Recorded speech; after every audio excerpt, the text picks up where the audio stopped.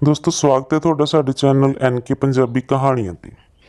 ਮੈਂ ਜਦੋਂ ਵੀ ਆਪਣੇ ਪਿਤਾ ਦੀ ਕਬਰ ਤੇ ਦੁਆ ਕਰਨ ਕਬਰਿਸਤਾਨ ਜਾਂਦੀ ਸੀ ਤਾਂ ਮੈਨੂੰ ਇੱਕ ਬੇਨਾਮ ਜਿਹੀ ਕਬਰ ਕੋਲ ਇੱਕ ਔਰਤ ਬੈਠੀ ਮਿਲਦੀ ਜੋ ਹਮੇਸ਼ਾ ਰੋ ਰਹੀ ਹੁੰਦੀ ਤੇ ਉਸ ਤੋਂ ਮਾਫੀ ਮੰਗਦੀ। ਮੈਨੂੰ ਉਸ ਦਾ ਰੋਣਾ ਬਹੁਤ ਅਜੀਬ ਲੱਗਦਾ, ਪਰ ਚਿਹਰੇ ਤੋਂ ਉਹ ਕਾਫੀ ਸਖਤ ਲੱਗ ਰਹੀ ਸੀ। ਇੱਕ ਦਿਨ ਮੇਰੇ ਤੋਂ ਰਿਹਾ ਨਾ ਗਿਆ ਤਾਂ ਮੈਂ ਉਸ ਤੋਂ ਪੁੱਛ ਹੀ ਲਿਆ, ਜੇਕਰ ਤੁਸੀਂ ਬੁਰਾ ਨਾ ਮੰਨੋ ਤਾਂ ਮੈਨੂੰ ਆਪਣਾ ਦੁੱਖ ਦੱਸ ਸਕਦੇ ਹੋ। ਤੁਸੀਂ ਇੱਥੇ ਕਿਉਂ ਬੈਠਦੇ ਹੋ? ਕੀ ਮੈਂ ਤੁਹਾਡੀ ਮਦਦ ਕਰ ਸਕਦੀ ਹਾਂ? ਮੇਰੀ ਗੱਲ ਤੇ ਉਸ ਨੇ ਅੱਖਾਂ ਚੁੱਕ ਕੇ ਮੇਰੇ ਵੱਲ ਦੇਖਿਆ। ਉਸ ਦੀਆਂ ਅੱਖਾਂ 'ਚ ਬਹੁਤ ਜ਼ਿਆਦਾ ਦੁੱਖ ਸੀ। ਮੈਂ ਦੇਖਿਆ ਕਿ ਰੋ ਰੋ ਕੇ ਉਸ ਦੀਆਂ ਅੱਖਾਂ ਲਾਲ ਹੋ ਚੁੱਕੀਆਂ ਸਨ। ਤੈਨੂੰ ਕੀ ਦੱਸਾਂ ਬੇਟਾ, ਮੈਂ ਬਹੁਤ ਬੁਰੀ ਹਾਂ। ਜੇਕਰ ਤੂੰ ਮੇਰੀ ਕਹਾਣੀ ਸੁਣਨਾ ਚਾਹੁੰਦੀ ਹੈ ਤਾਂ ਥੋੜਾ ਚਿਰ ਮੇਰੇ ਕੋਲ ਬੈਠ ਜਾ, ਮੇਰਾ ਵੀ ਦਿਲ ਹਲਕਾ ਹੋ ਜਾਵੇਗਾ। ਉਸ ਔਰਤ ਨਾਲ ਕਬਰਿਸਤਾਨ ਬੈਠਣਾ ਮੈਨੂੰ ਚੰਗਾ ਨਹੀਂ ਲੱਗ ਰਿਹਾ ਸੀ। ਮੈਂ ਉਸ ਨੂੰ ਆਪਣੇ ਘਰ ਚੱਲਣ ਲਈ ਕਿਹਾ, ਜਿਸ ਤੇ ਉਹ ਸਹਿਮਤ ਹੋ ਗਈ। ਉਹ ਵੀ ਦੁੱਖਾਂ ਦੀ ਮਾਰੀ ਸੀ, ਸ਼ਾਇਦ ਸਹਾਰਾ ਚਾਹੁੰਦੀ ਸੀ। ਘਰੇ ਲਿਆ ਕੇ ਮੈਂ ਉਸ ਨੂੰ ਚਾਹ ਪਿਆਈ। ਫਿਰ ਜਦੋਂ ਉਸ ਨੇ ਮੈਨੂੰ ਕਹਾਣੀ ਸੁਣਾਈ, ਮੈਂ ਇੱਕ ਅਜਿਹੇ ਘਰਾਣੇ 'ਚ ਪੈਦਾ ਹੋਈ ਜਿੱਥੇ ਔਰਤਾਂ ਦਾ ਪੇਸ਼ਾ ਇਹੀ ਸੀ ਕਿ ਉਹ ਮਰ ਜਾਣ ਵਾਲੀਆਂ ਔਰਤਾਂ ਨੂੰ ਨਵਾਉਂਦੀਆਂ ਸਨ ਤੇ ਉਹਨਾਂ ਨੂੰ ਕਫਨ ਵਗੈਰਾ ਪਵਾਉਂਦੀਆਂ ਸਨ। ਸਾਨੂੰ ਪਿੰਡ 'ਚ ਤਾਂ ਕੋਈ ਵੀ ਪਸੰਦ ਨਹੀਂ ਕਰਦਾ ਸੀ, ਪਰ ਸ਼ਹਿਰ 'ਚ ਸਾਡੀ ਚੰਗੀ ਕਮਾਈ ਹੋ ਜਾਂਦੀ, ਕਿਉਂਕਿ ਇੱਥੇ ਹਰ ਦੂਜੇ ਦਿਨ ਕੋਈ ਨਾ ਕੋਈ ਔਰਤ ਮਰ ਜਾਂਦੀ ਤੇ ਲੋਕ ਸਾਨੂੰ ਜਾਣਦੇ ਸਨ। ਇਸ ਲਈ ਸਾਨੂੰ ਆਪਣੇ ਘਰ ਲੈ ਜਾਂਦੇ, 3 ਤੋਂ 4 ਹਜ਼ਾਰ ਸਾਡੇ ਹੱਥ ਤੇ ਰੱਖਦੀ ਤੇ ਸਾਨੂੰ ਨਹਾਉਣ ਦਾ ਸਮਾਨ ਤੇ ਕਫਨ ਵਗੈਰਾ ਦੇ ਦਿੰਦੇ। ਸਾਨੂੰ ਹੁਣ ਕੰਮ ਦੀ ਆਦਤ ਪੈ ਚੁੱਕੀ ਸੀ, ਇਸ ਲਈ ਕਿਸੇ ਕਿਸਮ ਦਾ ਕੋਈ ਡਰ ਜਾਂ ਦਹਿਸ਼ਤ ਨਹੀਂ ਸੀ। ਇੱਕ ਦਿਨ ਸ਼ਾਮ ਦੇ 4 ਵਜੇ ਮੈਂ ਆਪਣੇ ਕੰਮ ਤੋਂ ਫ੍ਰੀ ਹੋ ਕੇ ਬੈਠੀ ਸੀ ਕਿ ਦਰਵਾਜ਼ਾ ਖੋਲ੍ਹਿਆ ਤਾਂ ਸਾਹਮਣੇ ਇੱਕ 50 ਸਾਲ ਦੀ ਔਰਤ ਖੜੀ ਸੀ, ਜਿਸ ਦਾ ਕੱਦ ਚੰਗਾ ਸੀ ਤੇ ਸਿਹਤਮੰਦ ਸੀ। ਉਹ ਆਖਣ ਲੱਗੀ ਕਿ ਮੈਨੂੰ ਤੇਰੇ ਤੋਂ ਕੋਈ ਕੰਮ ਹੈ, ਜਲਦੀ ਮੇਰੇ ਘਰ ਚੱਲ। ਮੈਂ ਹੈਰਾਨ ਹੋਈ ਕਿ ਐਨੀ ਜਲਦਬਾਜ਼ੀ 'ਚ ਇਸ ਨੂੰ ਮੇਰੇ ਤੋਂ ਕੀ ਕੰਮ ਹੋ ਸਕਦਾ ਹੈ। ਮੈਂ ਚਾਦਰ ਲਈ ਤੇ ਉਸ ਔਰਤ ਨਾਲ ਚੱਲ ਪਈ। ਇੱਕ ਵੱਡੇ ਸਾਰੇ ਬੰਗਲੇ ਦੇ ਸਾਹਮਣੇ ਜਾ ਕੇ ਉਹ ਰੁਕ ਗਈ। ਉਹ ਪੈਦਲ ਹੀ ਆਈ ਸੀ, ਹਾਲਾਂਕਿ ਉਸਦੇ ਘਰ ਦੇ ਬਾਹਰ 2 ਗੱਡੀਆਂ ਖੜੀਆਂ ਸਨ। ਮੈਨੂੰ ਇਸ ਗੱਲ ਤੇ ਹੈਰਾਨੀ ਹੋਈ। ਉਹ ਮੈਨੂੰ ਅੰਦਰ ਲੈ ਕੇ ਗਈ ਤੇ ਬੋਲੀ ਕਿ ਦੇਖੋ, ਅੱਜ ਦੁਪਹਿਰ ਨੂੰ ਹੀ ਮੇਰੀ ਬਹੂ ਦੀ ਮੌਤ ਹੋ ਗਈ। ਮੈਂ ਉਸਦੇ ਮਾਂ-ਬਾਪ ਨੂੰ ਨਹੀਂ ਜਾਣਦੀ। ਮੇਰਾ ਬੇਟਾ ਲਵਾਰਸ ਲੜਕੀ ਨੂੰ ਵਿਆਹ ਕੇ ਲਿਆਇਆ ਸੀ। ਉਹ ਇਸ ਨਾਲ ਬਹੁਤ ਪਿਆਰ ਵੀ ਕਰਦਾ ਸੀ, ਪਰ ਕੀ ਕਰੀਏ, ਇਹ ਵਿਚਾਰੀ ਤਾਂ ਆਪਣੀ ਔਲਾਦ ਦੀ ਤਕਲੀਫ ਨੂੰ ਸਹਿ ਨਹੀਂ ਸਕੀ। ਇਹ ਗਰਭਵਤੀ ਸੀ, ਪਰ ਇਸ ਦੀ ਜਾਨ ਤਕਲੀਫ ਕਾਰਨ ਚਲੀ ਗਈ। ਗਰਭਵਤੀ ਔਰਤ ਨੂੰ ਜ਼ਿਆਦਾ ਦੇਰ ਘਰ 'ਚ ਰੱਖਣਾ ਚੰਗੀ ਗੱਲ ਨਹੀਂ ਹੈ। ਤੂੰ ਇਸ ਨੂੰ ਜਲਦੀ ਨਹਾ ਦੇ ਤਾਂ ਕਿ ਮੈਂ ਇਸ ਨੂੰ ਜਲਦੀ ਰਸਮਾਂ ਨਾਲ ਦਫਨਾ ਦੇਵਾਂ। ਮੈਨੂੰ ਤਾਂ ਇਸ ਲਾਸ਼ ਤੋਂ ਵੀ ਡਰ ਲੱਗ ਰਿਹਾ ਹੈ। ਮੈਂ ਸੁਣਿਆ ਹੈ ਕਿ ਗਰਭਵਤੀ ਔਰਤਾਂ ਜਦੋਂ ਮਰ ਜਾਂਦੀਆਂ ਹਨ ਤਾਂ ਉਹ ਭੈਣ ਬਣ ਜਾਂਦੀਆਂ ਹਨ। ਉਸ ਔਰਤ ਦੀ ਇਹ ਗੱਲ ਸੁਣ ਕੇ ਮੈਂ ਹੈਰਾਨ ਰਹਿ ਗਈ। ਹਾਲਾਂਕਿ ਅਜਿਹੀ ਕੋਈ ਗੱਲ ਸੱਚ ਨਹੀਂ ਹੁੰਦੀ, ਇਹ ਲੋਕਾਂ ਦੀਆਂ ਬਣਾਈਆਂ ਹੋਈਆਂ ਗੱਲਾਂ ਹਨ। ਮੈਂ ਇੱਕ ਨਜ਼ਰ ਉਸ ਔਰਤ ਦੇ ਚਿਹਰੇ ਵੱਲ ਦੇਖਿਆ ਤਾਂ ਉਸ ਦੇ ਚਿਹਰੇ ਤੇ ਕੋਈ ਦੁੱਖ ਨਹੀਂ ਸੀ। ਮੈਂ ਹੈਰਾਨ ਸੀ ਕਿ ਆਪਣੀ ਬਹੂ ਦੇ ਮਰਨ ਤੇ ਕੋਈ ਔਰਤ ਇੰਨੇ ਸਕੂਨ ਨਾਲ ਕਿਵੇਂ ਰਹਿ ਸਕਦੀ ਹੈ, ਉਹ ਵੀ ਉਦੋਂ ਜਦੋਂ ਉਸ ਦੇ ਪੇਟ 'ਚ ਉਸ ਦਾ ਪੋਤਾ ਹੋਵੇ। ਖੈਰ, ਮੈਂ ਉਸ ਨੂੰ ਨਵਾਉਣ ਦੀ ਤਿਆਰੀ ਸ਼ੁਰੂ ਕਰ ਦਿੱਤੀ। ਜਦੋਂ ਉਸ ਨੂੰ ਤਖਤ ਤੇ ਲਿਟਾਇਆ ਤਾਂ ਇਹ ਦੇਖ ਮੈਨੂੰ ਬਹੁਤ ਦੁੱਖ ਹੋਇਆ ਕਿ ਉਹ ਇੱਕ ਜਵਾਨ ਤੇ ਬਹੁਤ ਸੋਹਣੀ ਔਰਤ ਸੀ। ਇੰਨੀ ਜਵਾਨੀ 'ਚ ਮਰ ਜਾਣਾ ਇੱਕ ਬਹੁਤ ਵੱਡੀ ਦੁੱਖ ਦੀ ਗੱਲ ਹੈ। ਨਹਾਉਂਦੇ ਸਮੇਂ ਮੈਨੂੰ ਉਸ ਔਰਤ ਦੇ ਹੱਥਾਂ 'ਚ ਹਲਕੀ ਜਿਹੀ ਹਰਕਤ ਮਹਿਸੂਸ ਹੋਈ ਤਾਂ ਮੈਂ ਉਸ ਦੇ ਨੱਕ ਦੇ ਅੱਗੇ ਹੱਥ ਰੱਖ ਕੇ ਦੇਖਿਆ। ਉਸ ਦੇ ਸਾਹ ਤੇ ਨਬਜ਼ ਚੈੱਕ ਕੀਤੀ ਤਾਂ ਉਦੋਂ ਇਸ਼ਾਰਾ ਮਿਲ ਗਿਆ ਕਿ ਉਹ ਮਰੀ ਨਹੀਂ ਹੈ, ਸਗੋਂ ਬੇਹੋਸ਼ੀ ਦੀ ਹਾਲਤ 'ਚ ਹੈ। ਮੈਂ ਉਸ ਔਰਤ ਦੀ ਸੱਸ ਨੂੰ ਬੁਲਾਇਆ ਤੇ ਕਿਹਾ ਕਿ ਇਹ ਮੈਨੂੰ ਜਿਉਂਦੀ ਲੱਗ ਰਹੀ ਹੈ। ਤੁਸੀਂ ਕਿਸੇ ਡਾਕਟਰ ਨੂੰ ਬੁਲਾਓ। ਹੋ ਸਕਦਾ ਹੈ ਕਿ ਅਜੇ ਇਸ ਦੀ ਕੁਝ ਜ਼ਿੰਦਗੀ ਬਾਕੀ ਹੋਵੇ। ਔਰਤ ਮੇਰੀ ਗੱਲ ਸੁਣ ਕੇ ਚੁੱਪ ਹੋ ਗਈ। ਨਹੀਂ, ਤੈਨੂੰ ਰਾਏ ਦੇਣ ਦੀ ਲੋੜ ਨਹੀਂ ਹੈ। ਤੈਨੂੰ ਜੋ ਕਿਹਾ ਹੈ ਉਹੀ ਕਰ। ਉਸ ਦੀ ਗੱਲ ਸੁਣ ਕੇ ਮੈਂ ਸਮਝ ਗਈ ਕਿ ਇਹ ਕੋਈ ਸੋਚੀ ਸਮਝੀ ਸਾਜ਼ਿਸ਼ ਹੈ। ਨਹੀਂ ਤਾਂ ਜਵਾਨ ਔਰਤ ਇੰਜ ਮੌਤ ਦੇ ਮੂੰਹ ਨਹੀਂ ਜਾ ਸਕਦੀ।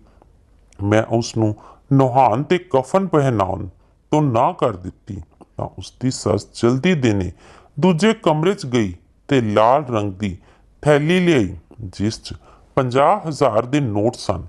ਉਸ ਸਮੇਂ ਮੈਨੂੰ ਪੈਸਿਆਂ ਦੀ ਬਹੁਤ ਲੋੜ ਸੀ। ਪੈਸਿਆਂ ਕਾਰਨ ਕੋਈ ਵੀ ਵਿਕ ਸਕਦਾ ਹੈ ਤੇ ਮੇਰਾ ਈਮਾਨ ਵੀ ਡਗਮਗਾ ਗਿਆ। ਮੈਂ ਉਸ ਔਰਤ ਦੀ ਗੱਲ ਸਮਝ ਗਈ। ਮੈਂ ਉਹ ਪੈਸੇ ਆਪਣੀ ਜੇਬ 'ਚ ਰੱਖ ਲਏ। ਇਹ ਪੈਸੇ ਮੈਂ ਆਪਣੇ ਜਵਾਈ ਨੂੰ ਦੇਣਾ ਚਾਹੁੰਦੀ ਸੀ ਜੋ ਕਦੋਂ ਤੋਂ ਮੇਰੇ ਤੋਂ ਮੋਟਰਸਾਈਕਲ ਮੰਗ ਰਿਹਾ ਸੀ। ਇਸੇ ਕਰਕੇ ਮੇਰੀ ਬੇਟੀ ਦੇ ਘਰ 'ਚ ਵੀ ਸਕੂਨ ਨਹੀਂ ਸੀ। ਪੈਸੇ ਲੈ ਕੇ ਮੈਨੂੰ ਲੱਗਿਆ ਕਿ ਮੈਂ ਆਪਣੀ ਬੇਟੀ ਨੂੰ ਪੈਸੇ ਦੇ ਦੇਵਾਂਗੀ ਤਾਂ ਉਸ ਦਾ ਮਸਲਾ ਹੱਲ ਹੋ ਜਾਵੇਗਾ। ਮੈਂ ਦੁਬਾਰਾ ਉਸ ਔਰਤ ਨੂੰ ਨਹਾਉਣ ਲੱਗੀ ਪਰ ਮੇਰਾ ਦਿਲ ਭਾਰੀ ਜਿਹਾ ਹੋ ਰਿਹਾ ਸੀ। ਨਹਾਉਣ ਤੇ ਕਫਨ ਪਾਉਣ ਤੋਂ ਬਾਅਦ ਮੈਂ ਜ਼ਿਆਦਾ ਦੇਰ ਉੱਥੇ ਨਾ ਰੁਕੀ ਤੇ ਘਰੋਂ ਨਿਕਲ ਆਈ। ਉਸ ਘਰ ਦੇ ਨੇੜੇ ਹੀ ਇੱਕ ਕਬਰਿਸਤਾਨ ਸੀ ਜੋ ਉਹਨਾਂ ਲੋਕਾਂ ਦਾ ਖਾਨਦਾਨੀ ਕਬਰਿਸਤਾਨ ਲੱਗਦਾ ਸੀ। ਘਰ ਪਹੁੰਚੀ ਤਾਂ ਥੋੜੀ ਦੇਰ ਬਾਅਦ ਮੇਰੀ ਬੇਟੀ ਆਈ। ਮੈਂ ਉਸ ਨੂੰ ਆਪਣੇ ਭਾਰੀ ਜਿਹੇ ਦਿਲ ਨਾਲ ਇਹ ਖੁਸ਼ਖਬਰੀ ਸੁਣਾਈ ਕਿ ਤੇਰੇ 50,000 ਦਾ ਬੰਦੋਬਸਤ ਹੋ ਗਿਆ ਹੈ। ਹੁਣ ਤੂੰ ਆਪਣੇ ਪਤੀ ਨੂੰ ਇਹ ਦੇ ਦੇਵੀਂ ਤਾਂ ਕਿ ਉਹ ਮੋਟਰਸਾਈਕਲ ਲੈ ਲਵੇ ਤੇ ਤੁਹਾਡੀ ਵੀ ਜ਼ਿੰਦਗੀ ਸੌਖੀ ਹੋਵੇ। ਮੇਰੀ ਬੇਟੀ ਨੇ ਪੁੱਛਿਆ ਕਿ ਮਾਂ, ਤੁਸੀਂ ਇੰਨੇ ਪੈਸੇ ਕਿੱਥੋਂ ਲੈ ਕੇ ਆਏ ਹੋ? ਮੈਂ ਉਸ ਨੂੰ ਸੱਚਾਈ ਨਹੀਂ ਦੱਸੀ। ਉਹ ਖੁਸ਼ੀ-ਖੁਸ਼ੀ ਪੈਸੇ ਲੈ ਕੇ ਚਲੀ ਗਈ। ਪਰ ਫਿਰ ਸ਼ਾਮ ਨੂੰ ਜਦੋਂ ਮੇਰਾ ਪਤੀ ਆਇਆ ਤਾਂ ਮੈਂ ਉਸ ਤੋਂ ਇਹ ਗੱਲ ਲੁਕਾ ਨਾ ਸਕੀ। ਉਂਝ ਵੀ ਉਹ ਮੇਰੇ ਵਾਂਗ ਹੀ ਵਿਕਾਊ ਤੇ ਲਾਲਚੀ ਸੀ। ਉਸ ਨੂੰ ਉਹਨਾਂ ਗੱਲਾਂ ਤੋਂ ਕੋਈ ਫਰਕ ਨਹੀਂ ਪੈਂਦਾ ਸੀ। ਮੈਂ ਉਸ ਨੂੰ ਜਦੋਂ ਇਹ ਗੱਲ ਦੱਸੀ ਤਾਂ ਗੱਲਾਂ-ਗੱਲਾਂ 'ਚ ਮੈਂ ਉਸ ਔਰਤ ਦੇ ਗਹਿਣਿਆਂ ਦਾ ਜ਼ਿਕਰ ਵੀ ਕਰ ਦਿੱਤਾ ਕਿ ਉਸ ਔਰਤ ਨੇ ਕਾਫੀ ਸੋਨੇ ਦੀਆਂ ਅੰਗੂਠੀਆਂ ਪਾਈਆਂ ਹੋਈਆਂ ਸਨ। ਉਸ ਦੀ ਸੱਸ ਉਹਨਾਂ ਨੂੰ ਕੱਢ ਨਹੀਂ ਸਕੀ ਤੇ ਉਸਨੇ ਉਹ ਉਸ ਦੇ ਨਾਲ ਹੀ ਦਫਨਾਉਣ ਨੂੰ ਕਿਹਾ ਸੀ। ਔਰਤ ਨੇ ਕਿਹਾ ਕਿ ਮੈਂ ਆਪਣੇ ਬੇਟੇ ਨੂੰ ਦੁੱਖ ਨਹੀਂ ਦੇਣਾ ਚਾਹੁੰਦੀ ਕਿ ਉਸ ਦੀ ਪਤਨੀ ਮਰ ਗਈ ਹੈ, ਇਸ ਲਈ ਮੈਂ ਉਸ ਨੂੰ ਆਖਾਂਗੀ ਕਿ ਤੇਰੀ ਪਤਨੀ ਭੱਜ ਗਈ ਹੈ। ਮੈਂ ਉਸ ਨੂੰ ਦਫਨਾਉਣਾ ਚਾਹੁੰਦੀ ਹਾਂ ਤਾਂ ਕਿ ਮੇਰੇ ਬੇਟੇ ਦੇ ਦਿਲ 'ਚ ਦੁੱਖ ਦੀ ਥਾਂ ਗੁੱਸਾ ਲੈ ਲਵੇ ਤੇ ਉਹ ਦੂਜਾ ਵਿਆਹ ਕਰਨ ਲਈ ਰਾਜੀ ਹੋ ਜਾਵੇ। ਮੇਰੀ ਗੱਲ ਸੁਣ ਮੇਰਾ ਪਤੀ ਆਖਣ ਲੱਗਾ ਕਿ ਹੁਣ ਉਹ ਗਹਿਣੇ ਤਾਂ ਸਾਨੂੰ ਕੱਢਣੇ ਹੀ ਪੈਣਗੇ, ਨਹੀਂ ਤਾਂ ਉਸ ਮੁਰਦੇ ਨੂੰ ਵੀ ਪਾਪ ਲੱਗੇਗਾ। ਉਂਝ ਵੀ ਉਸ 'ਚ ਸਾਡਾ ਕੀ ਦੋਸ਼ ਹੈ? ਸਾਡਾ ਹੱਕ ਹੈ ਕਿ ਅਸੀਂ ਉਹਨਾਂ ਗਹਿਣਿਆਂ ਨੂੰ ਇਸਤੇਮਾਲ ਕਰੀਏ। ਅਸੀਂ ਉਹਨਾਂ ਨਾਲ ਆਪਣੀਆਂ ਬੇਟੀਆਂ ਦਾ ਵਿਆਹ ਕਰਾਂਗੇ। ਤੈਨੂੰ ਸਮਝ ਕਿਉਂ ਨਹੀਂ ਆ ਰਹੀ?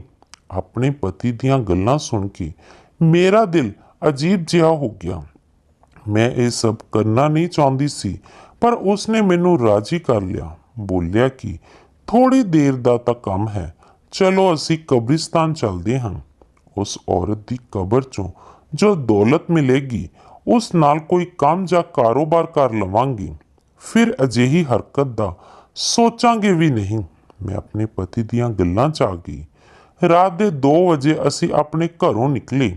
ਸਾਡੇ ਕੋਲ ਕਿਸੇ ਕਿਸਮ ਦਾ ਕੋਈ ਚੰਗਾ ਹਥਿਆਰ ਨਹੀਂ ਸੀ ਜਿਸ ਨਾਲ ਅਸੀਂ ਕਬਰ ਨੂੰ ਪੁੱਟ ਸਕਦੇ। ਸਿਰਫ ਇਹ ਪਤਾ ਕਰਨਾ ਸੀ ਕਿ ਤਾਜ਼ਾ ਕਬਰ ਕਿਹੜੀ ਹੋਵੇਗੀ ਜਿਸ ਤੋਂ ਮਿੱਟੀ ਹਟਾ ਕੇ ਅਸੀਂ ਉਸ ਔਰਤ ਤੱਕ ਪਹੁੰਚ ਸਕਦੇ ਹਾਂ। ਸਾਨੂੰ ਖੁਦਾਈ ਕਰਨ ਵਾਲਿਆਂ ਦੀ ਵੀ ਮਦਦ ਚਾਹੀਦੀ ਸੀ। ਅਸੀਂ ਜਦੋਂ ਕਬਰਿਸਤਾਨ ਪਹੁੰਚੇ ਤਾਂ ਖੁਦਾਈ ਵਾਲਾ ਉਸ ਸਮੇਂ ਜਾਗ ਰਿਹਾ ਸੀ। ਅਸੀਂ ਉਸ ਨੂੰ ਸਾਰੀ ਸੱਚਾਈ ਨਹੀਂ ਦੱਸੀ ਤੇ ਕਿਹਾ ਕਿ ਅਸੀਂ ਇੱਕ ਅਮਲ ਕਰਨਾ ਚਾਹੁੰਦੇ ਹਾਂ ਜੋ ਕਿ ਬਹੁਤ ਜ਼ਰੂਰੀ ਹੈ। ਉਸ ਨੂੰ ਗੱਲਾਂ 'ਚ ਲਾ ਕੇ ਅਸੀਂ ਉਸ ਕਬਰ ਵੱਲ ਵਧੇ ਜੋ ਅੱਜ ਸ਼ਾਮ ਹੀ ਬਣਾਈ ਗਈ ਸੀ। ਖੁਦਾਈ ਵਾਲੇ ਨੇ ਕਬਰ ਦੀ ਨਿਸ਼ਾਨਦੇਹੀ ਕਰ ਦਿੱਤੀ ਸੀ। ਜਦੋਂ ਅਸੀਂ ਕਬਰ ਕੋਲ ਪਹੁੰਚੇ ਤਾਂ ਉਹ ਬਿਲਕੁਲ ਤਾਜ਼ਾ ਸੀ। ਜਿਸ ਨੂੰ ਅਸੀਂ ਹਟਾਉਣਾ ਸ਼ੁਰੂ ਕੀਤਾ ਤਾਂ ਉਹ ਆਸਾਨੀ ਨਾਲ ਹਟ ਗਈ, ਪਰ ਜਦੋਂ ਅਸੀਂ ਕਬਰ ਦੀ ਸਿੱਲੀ ਹਟਾਉਣ ਲੱਗੇ ਤਾਂ ਸਾਨੂੰ ਕਬਰ ਚੋਂ ਹਲਕੀਆਂ ਹਲਕੀਆਂ ਆਵਾਜ਼ਾਂ ਸੁਣਾਈ ਦੇਣ ਲੱਗੀਆਂ।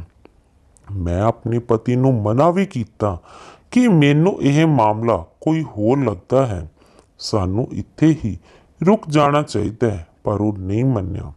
ਪਰ ਜਦੋਂ ਸਾਰੀ ਸਿੱਲੀ ਹਟਾਈ ਤਾਂ ਸਾਡੀਆਂ ਚੀਕਾਂ ਨਿਕਲ ਗਈਆਂ, ਕਿਉਂਕਿ ਉਹ ਔਰਤ ਜਿਹੜੀ ਕਫਨ ਦੇ ਅੰਦਰ ਸੀ, ਕਫਨ ਪਾੜ ਕੇ ਉੱਠੀ ਤੇ ਇੱਕ ਉੱਚੀ ਚੀਕ ਮਾਰੀ। ਇਹ ਦੇਖ ਕੇ ਅਸੀਂ ਘਬਰਾ ਗਏ ਤੇ ਸਾਡੀ ਦੋਵਾਂ ਦੀਆਂ ਅੱਖਾਂ ਅੱਡੀਆਂ ਦੀਆਂ ਅੱਡੀਆਂ ਰਹਿ ਗਈਆਂ। ਮੈਂ ਆਪਣੇ ਪਤੀ ਨੂੰ ਪਿੱਛੇ ਹਟਣ ਨੂੰ ਕਿਹਾ, ਉਸ ਤੇ ਚਾਦਰ ਪਾਈ ਤੇ ਉਸ ਨੂੰ ਸਾਰੀ ਸੱਚਾਈ ਦੱਸੀ, ਪਰ ਉਸ ਔਰਤ ਨੂੰ ਇਹੀ ਦੱਸਿਆ ਕਿ ਉਸ ਦੀ ਸੱਸ ਨੇ ਉਸ ਨੂੰ ਜਿਉਂਦਾ ਮਾਰ ਦਿੱਤਾ ਸੀ। ਮੈਂ ਉਸ ਨੂੰ ਬਚਾਉਣ ਆਈ ਹਾਂ।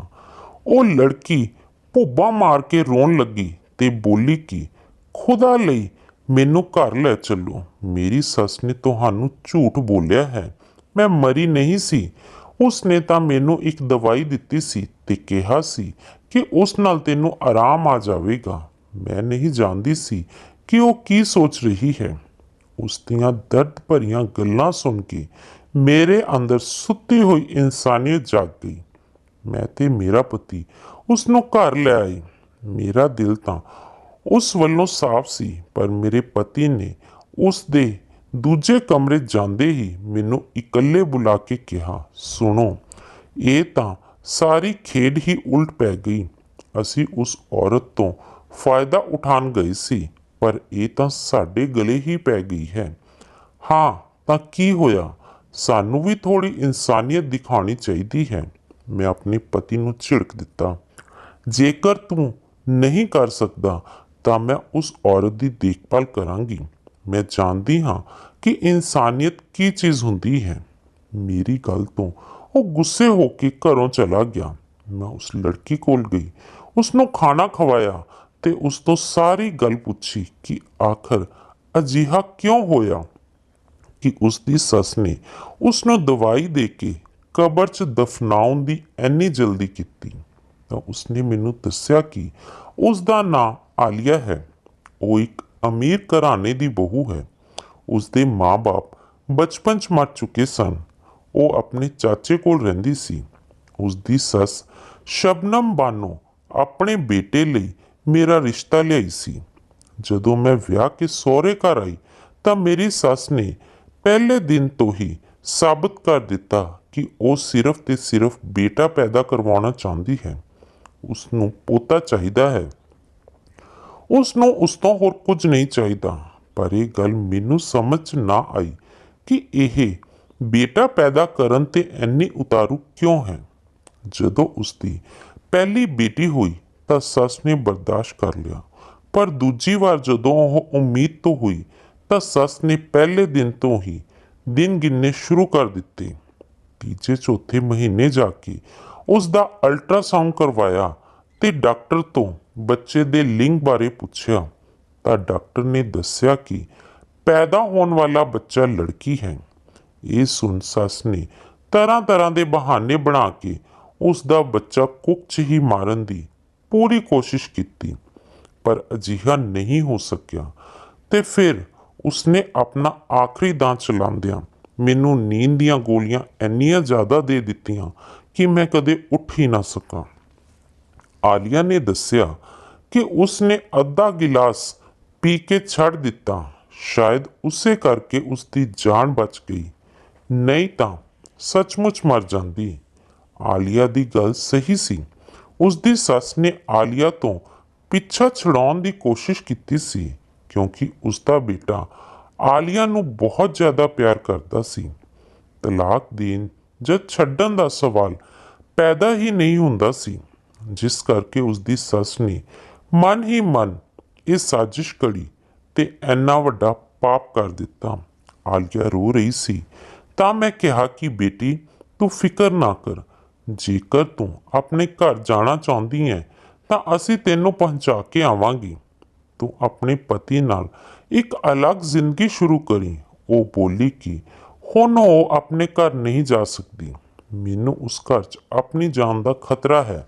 ਆਪਣਾ ਬੱਚਾ ਪੈਦਾ ਹੋਣ ਤੱਕ ਮੈਂ ਕਿਸੇ ਸੁਰੱਖਿਅਤ ਜਗ੍ਹਾ 'ਤੇ ਰਹਿਣਾ ਚਾਹੁੰਦੀ ਹਾਂ। ਜੇਕਰ ਤੁਸੀਂ ਮੈਨੂੰ ਆਪਣੇ ਘਰ 'ਚ ਪਨਾਹ ਦੇ ਦਿਓਗੇ ਤਾਂ ਤੁਹਾਡੀ ਮਿਹਰਬਾਨੀ ਹੋਵੇਗੀ, ਨਹੀਂ ਤਾਂ ਮੈਂ ਕਿਤੇ ਹੋਰ ਚਲੀ ਜਾਵਾਂਗੀ। ਆਲੀਆ ਦੀ ਗੱਲ ਸੁਣ ਕੇ ਮੈਂ ਵੀ ਜਜ਼ਬਾਤੀ ਹੋ ਗਈ। ਥੋੜੀ ਦੇਰ ਬਾਅਦ ਮੇਰਾ ਪਤੀ ਜ਼ਹੀਰ ਮੂੰਹ ਬਣਾਈ ਘਰ ਆ ਗਿਆ। ਰਾਤ ਕਾਫੀ ਜ਼ਿਆਦਾ ਹੋ ਚੁੱਕੀ ਸੀ। ਮੈਂ ਉਸ ਲੜਕੀ ਨੂੰ ਆਪਣਾ ਖਿਆਲ ਰੱਖਣ ਨੂੰ ਕਿਹਾ ਤੇ ਆਪਣੇ ਕਮਰੇ ਚਲੀ ਗਈ। ਜ਼ਹੀਰ ਅਜੇ ਵੀ ਨਾਰਾਜ਼ ਬੈਠਾ ਸੀ।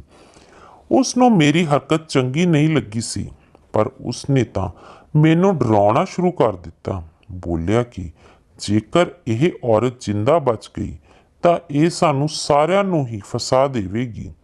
ਤੂੰ ਇਸ ਦੀ ਸੱਸ ਤੋਂ 50,000 ਦੀ ਮੋਟੀ ਰਕਮ ਲਈ ਸੀ। ਜੇਕਰ ਉਸਨੇ ਆਪਣੀ ਸੱਸ ਤੇ ਇਹ ਦੋਸ਼ ਲਾਇਆ ਤਾਂ ਉਹ ਇਹ ਗੱਲ ਵੀ ਦੱਸ ਦੇਵੇਗੀ। ਚੰਗਾ ਇਹੀ ਹੈ ਕਿ ਇਹ ਲੜਕੀ ਜਿੱਥੋਂ ਲਿਆਂਦੀ ਸੀ ਉੱਥੇ ਹੀ ਚਲੀ ਜਾਵੇ। ਉਂਝ ਵੀ ਲੋਕਾਂ ਨੂੰ ਤਾਂ ਪਤਾ ਲੱਗ ਹੀ ਗਿਆ ਹੋਵੇਗਾ ਕਿ ਇਹ ਘਰੋਂ ਭੱਜ ਗਈ ਹੈ ਜਾਂ ਫਿਰ ਉਸ ਦੀ ਜ਼ਿੰਦਗੀ ਖਤਮ ਹੋ ਗਈ ਹੈ। ਜ਼ਹੀਰ ਦੀਆਂ ਇਹ ਗੱਲਾਂ ਸੁਣ ਮੈਂ ਕੰਬ ਗਈ। ਮੈਂ ਸੋਚ ਵੀ ਨਹੀਂ ਸੀ ਸਕਦੀ ਕਿ ਜ਼ਹੀਰ ਇੰਨਾ ਨਿਰਦਈ ਹੋ ਸਕਦਾ ਹੈ। ਮੈਂ ਜ਼ਹੀਰ ਨੂੰ ਸਮਝਾਉਣ ਦੀ ਕੋਸ਼ਿਸ਼ ਕੀਤੀ ਕਿ ਜੋ ਤੂੰ ਸੋਚ ਰਿਹਾ ਹੈ ਉਹ ਇਨਸਾਨੀਅਤ ਨਹੀਂ ਹੈ। ਅਜਿਹਾ ਕਿਸੇ ਵੀ ਇਨਸਾਨ ਦੇ ਨਾਲ ਨਹੀਂ ਕਰਨਾ ਚਾਹੀਦਾ। ਖੈਰ, ਇਹ ਗੱਲਾਂ ਕਰਦੇ ਕਰਦੇ ਅਸੀਂ ਦੋਵੇਂ ਸੌਂ ਗਏ। ਸਵੇਰੇ ਜਦੋਂ ਮੈਂ ਉੱਠੀ ਤਾਂ ਘਰ ਦੀ ਹਾਲਤ ਬਦਲੀ ਹੋਈ ਸੀ। ਘਰੇ ਨਾ ਉਹ ਲੜਕੀ ਸੀ ਤੇ ਨਾ ਹੀ ਮੇਰਾ ਪਤੀ ਜ਼ਹੀਰ ਸੀ। ਮੇਰਾ ਦਿਲ ਕੰਬ ਕੇ ਰਹਿ ਗਿਆ। ਪਤਾ ਨਹੀਂ ਕੀ ਹੋਇਆ ਹੈ, ਮੇਰੀ ਅੱਖ ਕਿਉਂ ਨਹੀਂ ਖੁੱਲੀ। ਮੈਂ ਛੇਤੀ ਦੇਨੇ ਬਾਹਰ ਵੱਲ ਗਈ ਤੇ ਉਸ ਥਾਂ ਪਹੁੰਚੀ ਜਿੱਥੇ ਉਹ ਕਬਰ ਸੀ। ਜਾ ਕੇ ਦੇਖਿਆ ਤਾਂ ਕਬਰ ਜਿਉਂ ਦੀ ਤਿਉਂ ਮੌਜੂਦ ਸੀ। ਜ਼ਹੀਰ ਦਾ ਕੁਝ ਪਤਾ ਨਹੀਂ ਸੀ। ਸ਼ਾਮ ਨੂੰ ਜ਼ਹੀਰ ਖੁਦ ਹੀ ਘਰ ਆ ਗਿਆ। ਮੈਂ ਉਸ ਤੇ ਚੀਖੀ ਕਿ ਤੂੰ ਕੀ ਕੀਤਾ ਹੈ? ਉਹ ਔਰਤ ਕਿੱਥੇ ਗਈ? ਤੂੰ ਉਸ ਨੂੰ ਕਿੱਥੇ ਲੁਕਾਇਆ ਹੈ? ਕਿਤੇ ਮਾਰ ਤਾਂ ਨਹੀਂ ਦਿੱਤਾ? ਮੈਂ ਉਸ ਨੂੰ ਕਿਉਂ ਮਾਰਾਂਗਾ? ਮੈਂ ਸਵੇਰੇ ਉੱਠਿਆ ਤਾਂ ਉਹ ਠੰਡੀ ਹੋਈ ਪਈ ਸੀ ਤੇ ਉਸ ਦਾ ਸਰੀਰ ਆਕੜਿਆ ਹੋਇਆ ਸੀ। ਮੈਂ ਸੋਚਿਆ ਕਿ ਇਸ ਤੋਂ ਪਹਿਲਾਂ ਕਿ ਸਾਡੇ ਤੇ ਕੋਈ ਮੁਸੀਬਤ ਆਵੇ ਮੈਂ ਉਸ ਲਾਸ਼ ਨੂੰ ਟਿਕਾਣੇ ਲਾਇਆ ਹਾਂ। ਤੂੰ ਕਿਉਂ ਨਹੀਂ ਸਮਝਦੀ ਕਿ ਅਜਿਹੀ ਲਾਸ਼ ਨੂੰ ਘਰ 'ਚ ਰੱਖਣਾ ਕੋਈ ਅਕਲਮੰਦੀ ਦੀ ਗੱਲ ਨਹੀਂ ਹੁੰਦੀ। ਜ਼ਹੀਰ ਦੀਆਂ ਗੱਲਾਂ ਸੁਣ ਮੇਰਾ ਤਾਂ ਸਿਰ ਚਕਰਾ ਗਿਆ। ਪਤਾ ਨਹੀਂ ਇਸ ਨੇ ਲੜਕੀ ਨੂੰ ਕਿੱਥੇ ਸੁੱਟਿਆ ਹੋਵੇਗਾ। ਮੈਂ ਉਸ ਨੂੰ ਬਹੁਤ ਪੁੱਛਿਆ ਪਰ ਉਸਨੇ ਕੋਈ ਜਵਾਬ ਨਾ ਦਿੱਤਾ। ਮੈਂ ਥੱਕ ਹਾਰ ਕੇ ਬੈਠ ਗਈ ਤੇ ਖੁਦਾ ਤੋਂ ਮਾਫੀ ਮੰਗਣ ਲੱਗੀ ਕਿ ਮੇਰੇ ਤੋਂ ਗਲਤੀ ਹੋ ਗਈ। ਹੁਣ ਮੈਂ ਸੋਚ ਰਹੀ ਸੀ ਕਿ ਉਸ ਗਲਤੀ ਦਾ ਪਛਤਾਵਾ ਕਿਵੇਂ ਕਰਾਂ, ਪਰ ਇਸ ਦੀ ਨੌਬਤ ਨਾ ਆਈ। ਖੁਦਾ ਨੇ ਸਾਡੇ ਕੀਤੇ ਦੀ ਸਜ਼ਾ ਦੇ ਦਿੱਤੀ। ਸ਼ਾਮ ਨੂੰ ਮੇਰੀ ਬੇਟੀ ਦੇ ਘਰੋਂ ਖਬਰ ਆਈ ਕਿ ਉਸ ਦਾ ਪਤੀ ਇੱਕ ਕਾਰ ਐਕਸੀਡੈਂਟ 'ਚ ਆਪਣੀ ਜਾਨ ਤੋਂ ਬੈਠਾ ਹੈ। ਮੇਰਾ ਜਵਾਈ ਕਿਰਾਏ ਦੀ ਗੱਡੀ ਚਲਾਉਂਦਾ ਸੀ, ਜਿਸ ਕਰਕੇ ਉਹਨਾਂ ਦਾ ਗੁਜ਼ਾਰਾ ਚੱਲਦਾ ਸੀ, ਪਰ ਉਹ ਆਪਣੀ ਮੋਟਰਸਾਈਕਲ ਜਾਂ ਕਾਰ ਲੈਣਾ ਚਾਹੁੰਦਾ ਸੀ ਤਾਂ ਕਿ ਉਹ ਆਪਣੀ ਆਮਦਨੀ ਨੂੰ ਵਧਾ ਸਕੇ। ਮੈਂ ਆਪਣੀ ਬੇਟੀ ਨੂੰ 50,000 ਵੀ ਉਸੇ ਲਈ ਦਿੱਤੇ ਸਨ, ਪਰ ਹੁਣ ਮੇਰਾ ਜਵਾਈ ਹੀ ਇਸ ਦੁਨੀਆ 'ਚ ਨਾ ਰਿਹਾ ਤਾਂ ਉਹਨਾਂ ਪੈਸਿਆਂ ਦਾ ਮੇਰੀ ਬੇਟੀ ਨੇ ਕੀ ਕਰਨਾ ਸੀ। ਉਸ ਘਟਨਾ ਤੋਂ ਬਾਅਦ ਮੈਂ ਆਪਣੇ ਪਤੀ ਨੂੰ ਛੱਡ ਦਿੱਤਾ। ਮੈਂ ਆਪਣੇ ਅੱਲਾ ਦੇ ਰਾਸਤੇ 'ਚ ਦਿਨ ਰਾਤ ਇਬਾਦਤ ਕਰਦੀ ਹਾਂ। ਉਸ ਤੋਂ ਮਾਫੀ ਮੰਗਦੀ ਹਾਂ ਕਿ ਮੇਰੇ ਉਸ ਗੁਨਾਹ ਨੂੰ ਬਖਸ਼ ਦੇਵੇ। ਉਸ ਔਰਤ ਦੀ ਕਬਰ ਤੇ ਬੈਠ ਕੇ ਉਸ ਔਰਤ ਤੋਂ ਮਾਫੀ ਮੰਗਦੀ ਹਾਂ, ਪਰ ਮੈਂ ਨਹੀਂ ਜਾਣਦੀ ਕਿ ਮੇਰਾ ਰੱਬ ਮੈਨੂੰ ਮਾਫ ਕਰੇਗਾ ਜਾਂ ਨਹੀਂ। ਐਨਾ ਆਖ ਉਹ ਔਰਤ ਚੁੱਪ ਹੋ ਗਈ। ਮੈਂ ਜਾਣਦੀ ਸੀ ਕਿ ਉਸ ਦਾ ਇਹ ਬੋਝ ਕਦੇ ਹਲਕਾ ਨਹੀਂ ਹੋਵੇਗਾ, ਕਿਉਂਕਿ ਜੋ ਜ਼ੁਲਮ ਉਸਨੇ ਕੀਤਾ ਸੀ ਉਹ ਮਾਫੀ ਦੇ ਲਾਇਕ ਨਹੀਂ ਸੀ। ਉਸ ਦੀ ਦਿਲ ਦੀ ਤਸੱਲੀ ਲਈ ਕੁਝ ਤਰੀਕੇ ਦੱਸੇ ਤੇ ਫਿਰ ਉਸ ਨੂੰ ਆਪਣੇ ਘਰੋਂ ਵਿਦਾ ਕੀਤਾ। ਉਸਦੇ ਜਾਣ ਤੋਂ ਬਾਅਦ ਮੈਂ ਕਾਫੀ ਦੇਰ ਉਸ ਬਾਰੇ ਸੋਚਦੀ ਰਹੀ। ਅੱਜ ਵੀ ਜਦੋਂ ਮੈਂ ਉਸ ਔਰਤ ਨੂੰ ਯਾਦ ਕਰਦੀ ਹਾਂ ਤਾਂ ਮੇਰੀਆਂ ਅੱਖਾਂ 'ਚ ਹੰਝੂ ਆ ਜਾਂਦੇ ਹਨ। ਦੋਸਤੋ, ਜੇਕਰ ਤੁਹਾਨੂੰ ਸਾਡੀ ਇਹ ਕਹਾਣੀ ਵਧੀਆ ਲੱਗੀ ਤਾਂ ਇਸ ਨੂੰ ਵੱਧ ਤੋਂ ਵੱਧ ਲਾਈਕ ਤੇ ਸ਼ੇਅਰ ਜ਼ਰੂਰ ਕਰਨਾ ਤੇ ਸਾਡੇ ਚੈਨਲ NK ਪੰਜਾਬੀ ਕਹਾਣੀਆਂ ਨੂੰ ਜ਼ਰੂਰ ਸਬਸਕ੍ਰਾਈਬ ਕਰ ਲੈਣਾ ਤੇ ਉਸ ਦੇ ਨਾਲ ਦਿੱਤੇ ਬੈਲ ਆਈਕਨ ਨੂੰ ਵੀ ਜ਼ਰੂਰ ਦਬਾਉਣਾ ਤਾਂ ਜੋ ਤੁਹਾਨੂੰ ਸਾਡੀਆਂ ਵੀਡੀਓ ਸਭ ਤੋਂ ਪਹਿਲਾਂ ਮਿਲ ਸਕਣ। ਧੰਨਵਾਦ।